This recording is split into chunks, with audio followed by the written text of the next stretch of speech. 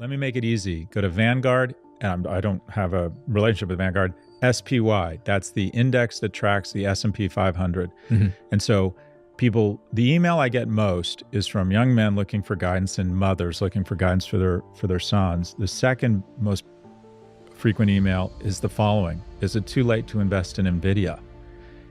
And the honest answer is I don't know. I can imagine a scenario where it gets cut by 80%. I can imagine a scenario where it triples. So this is what you do.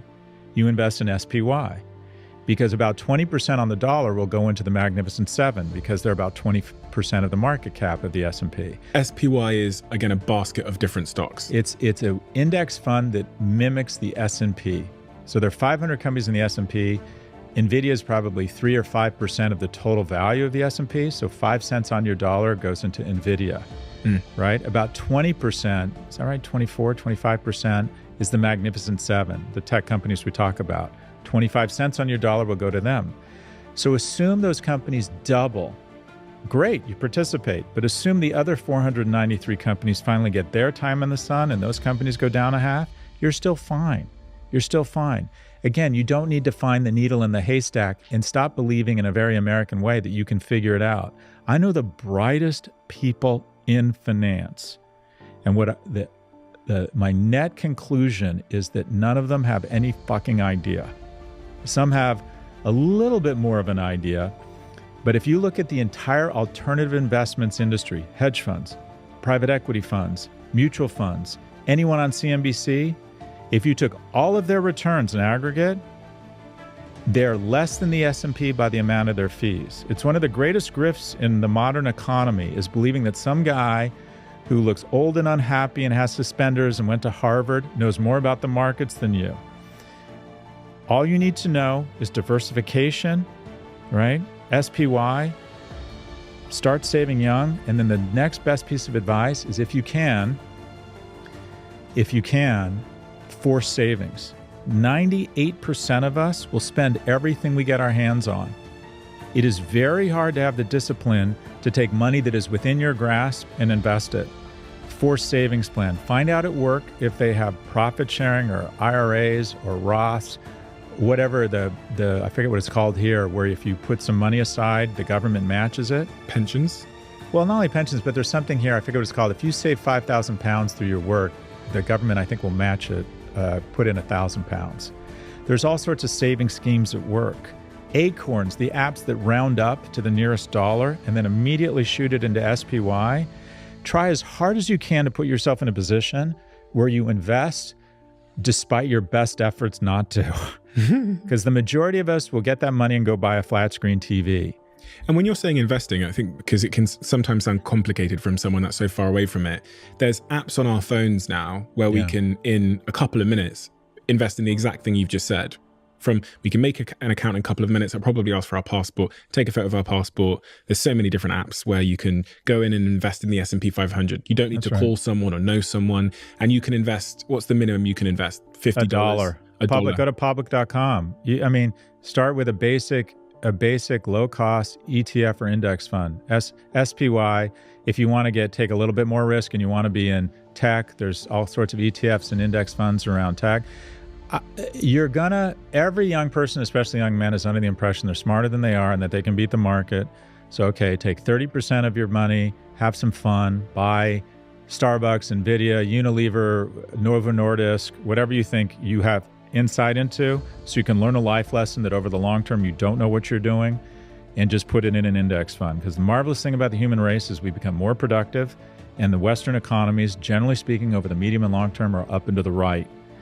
And again, and I'll go back to my algorithm or equation, focus, find something you could be good at, maybe great, that has a 90+% employment rate. Stoicism, we haven't talked about that. Realize there's some things you can't control. Focus on the things you can control. One thing that is within your control is spending. Try and find a partner, try and gamify spending. I spent $78 a week my summer between my junior and senior year, including rent, because I needed $3,300 to go back to school. I partnered with 5 other guys in my fraternity, and we gamified who could spend the least amount of money. Find a partner who's aligned with you around spending and saving, right? Realize no one's as impressed or thinking about your shit as much as you are. right? Try and find reward from exercise, from relationships, not from signaling wealth with kind of stupid shit, right? I call that stoicism. It's really more about discipline. Develop a savings muscle. One, an appreciation for time and how fast it's going to go. I was stupid. I remember my best friend Lee Lotus picking me up to go to the beach when I was in college, and he was scrambling to find $2,000 to put it into something called an IRA Roth, where his company, a bank he was working for, he was just out of college, if you found $2,000, they would match it with another $2,000. I said to him these exact words: if $2,000 means anything to me when I'm older, shoot me.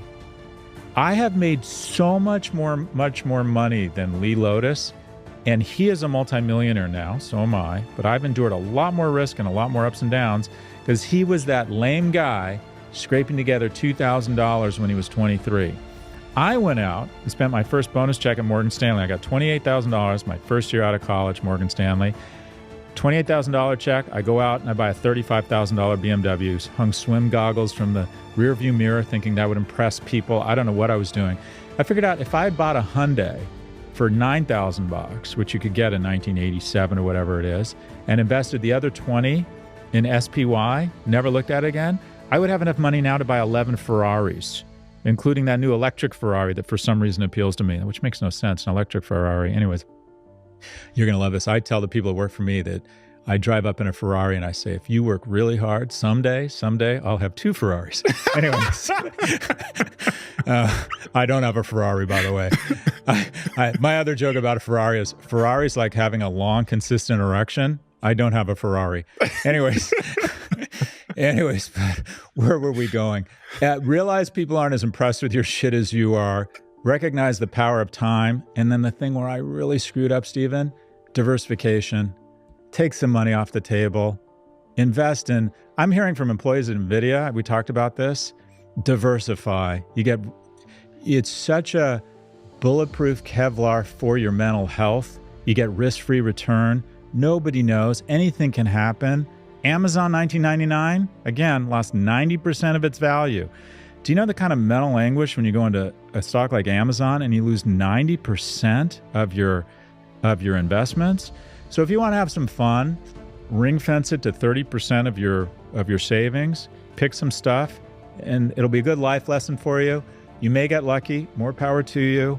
Over time, you're going to realize nothing beats over the long term. Warren Buffett, the third wealthiest man in the world?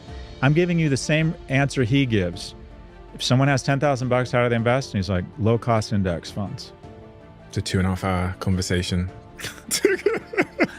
That concludes it. Put it in the S&P 500. Low-cost index fund. I know it's the boring shit that makes you rich.